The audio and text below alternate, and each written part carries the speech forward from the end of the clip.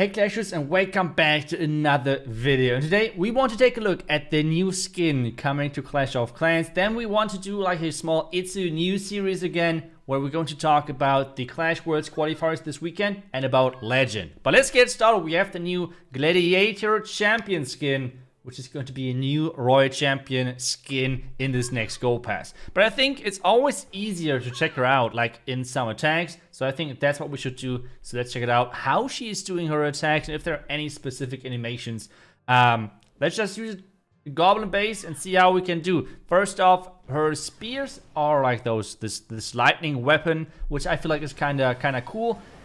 Not too many crazy fancy animations, but let's take a look yet again at that Royal Champion shield. So let's take a look at that. It looks pretty cool, to be honest. It looks really cool. I have to say, I feel like the Royal Champion so far is one of the skins, like one of the heroes, sorry, who has like not that cool of a skin yet. Skin is pretty decent, but not that awesome overall. Remember that there are still incredible offers in the shop, but remember as well, if you're thinking of buying any of those, try to make sure that you're stacking the items, which means those offers are even worth more when you're able to stack items. How does this work? So typically you have like a limit in your items, like you can only use, or you can only store one book, for example, or like one rune, things like that. But with those offers, you can get on like over the top of those limits. But this is working the best if you already have one of those items, because then it's stacking even higher, which is way better. So for example, if you have those items already in store, I would recommend the most expensive one and the cheapest one, because I'm always like, hero books are always so important. But obviously if you don't have them in store, I guess most of those offers are not that crazy, but you have to consider on your own. Make sure though that you're using a creator code. For you guys, it's 5 seconds of work. For us as content creators, it's a huge support. And remember, you can use this code already now because it lasts for 7 days. So before buying the Gold Pass, you might forget it. Thank you so much for that. And now let's get into the first topic. First, I want to talk about Legend League, because this time around though, not about win trading. I want to go more positive about this one. And this is why I want to try to explain to you why you might not be as high as it could be, to be honest, because most of the time, always the same people are really high up in Legends. Obviously, those are incredible players, but there is more going into this than you might think. So let's try to take a look at that. First off, I finished last season at rank 49, which for me personally is one of my, that's pretty bad ranking for me, I think, in general. Like, at least I'm not happy with that result. One of the reasons was, though, that I only pushed with one account. And this is actually something which I found when like I read one of the tweets of Bernal. And he was posting like which accounts he actually pushed in Legends. And that were quite a bit. So taking a look at the rankings, you can see he said that he pushed the rank 2 account, rank 8 and rank 10, and obviously way more. And this, well, obviously he's an incredible player, but it's giving you a huge boost going into all of this competition, which is the Legend League. Because when you're doing 7 accounts a day, which is 7 accounts, 8 attacks each, which is 56 attacks every single day. If you're not wondering about like how many hours is this of work, because this is work for most of them, because they're getting paid quite a bit.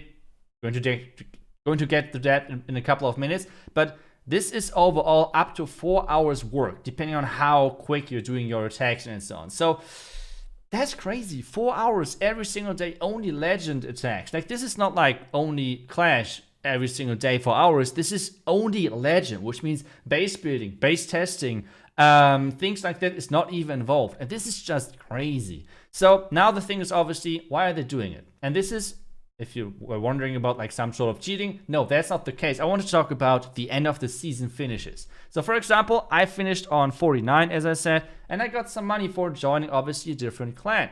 And this right there is a price list of this season roundabout. So obviously you can see how much money Bernal kind of made. I think maybe he's going to get rid of more money because he was so high and had so many accounts. Obviously never tell, but this is just like an so you have an idea of how much money you can make with pushing so many accounts. So as I said, he obviously is incredible good, but it helps you quite a bit, because remember, Let's just say, okay, you're playing with your one account and you're doing legends and you're facing on this legends a couple of common bases, like twice maybe. Now think about you're doing not only 8 attacks a day, but instead 16. So you're facing a couple of more different bases, even common bases more than that, which means you can train even better on them and so on. And now think about now to push like 5, 6, 7, 8 or even more accounts, which means you have such a big knowledge about those bases, which is insane. Then in addition to that, Bernal is using, for example, Queen George Lado, one of the most consistent armies if you actually know how to attack a base. And it's not that easy to be baited. So he's doing incredible work right in high legends. So that's quite impressive. Obviously, there are other players as well. For example, Stars, who's so incredible high, like we can see over here. I guess that's his account, to be honest. Over here. I'm not sure about this rank number 1 account, to be honest, because I think it got name changed kind of late in the season. I did not see who was rank 1 in the last couple of days, so I have no clue. But this might be Stars as well. That's just pure speculation on my end. But obviously, there are way more accounts over there. Either way, this is like the first topic because you can see why some of those pro players are so high in legends, because they're just pushing multiple accounts, which is a huge advantage in this legend system. So don't be upset if you don't get as high. Maybe just do your thing, try your best, and I think that you're going to be improving quite a bit over those legend seasons. But now the next topic is going to be a different one because we want to talk about Clash Worlds, the last Worlds qualifier. So let's get into it. Let's get into it indeed, because the last qualifier was an interesting one. And I want to talk about one specific rule, and I want to hear your guys' opinion about that. How do we structure this? First off, I will explain what exactly happened. Then I will explain what is the current situation. And well, then maybe you have some cool ideas on how the situation can be fixed. But let's get started. The last Clash Worlds qualifier, we had JX Tiger getting the golden ticket. In my opinion, really deserved. They did a crazy good job. Really nice diversity as well in the strategies. They did P.E.K.K.A. Smash, Lalo, obviously like air spam, like all of the top teams do that if it's like fitting. They did Queen Charge Dragon Ride, like all of the strategies which are out there. They really had a really nice variation out in their rotation in the attack. So I think really deserved. But we want to talk about the kind of semi-final match, which was in between of Inquisition and NY Amazing. Because Inquisition on Stars and in the battle itself won that match, but they got disqualified. This happened already to many more teams, but since I started this kind of like It's a New series, I thought this would be a really good topic to talk about. So this is nothing about like this happened, because I saw this quite a bit on Twitter, so I want to make sure that this is, everyone knows that. This is not about like, oh, a German team got disqualified, so I'm doing this video. No, that's not the case. I just want to bring attention to this, so maybe someone out there has a solution so it's not happening to any other team again.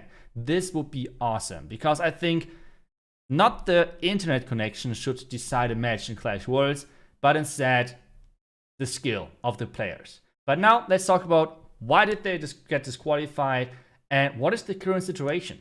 The current situation is kind of a little bit problematic because obviously with Corona happening, we can't have those offline events. This would be the most optimal thing because then everyone would have max accounts again because you're playing on Supercell devices. Second of all, everyone has stable internet because you're in the studio recording, or like not recording, but like the live stream and everything. So everything is perfect. But with the current situation, it's not that great because so many people try to cheat. And if you're now thinking like, if you got into the qualifier, why would you try to cheat? It's such a high risk. Like, why would you do that? And my question would be, why are people cheating on Legends? Like, it is always the same thing. If there's money somehow involved, people are doing stupid things. So there need to be some rules.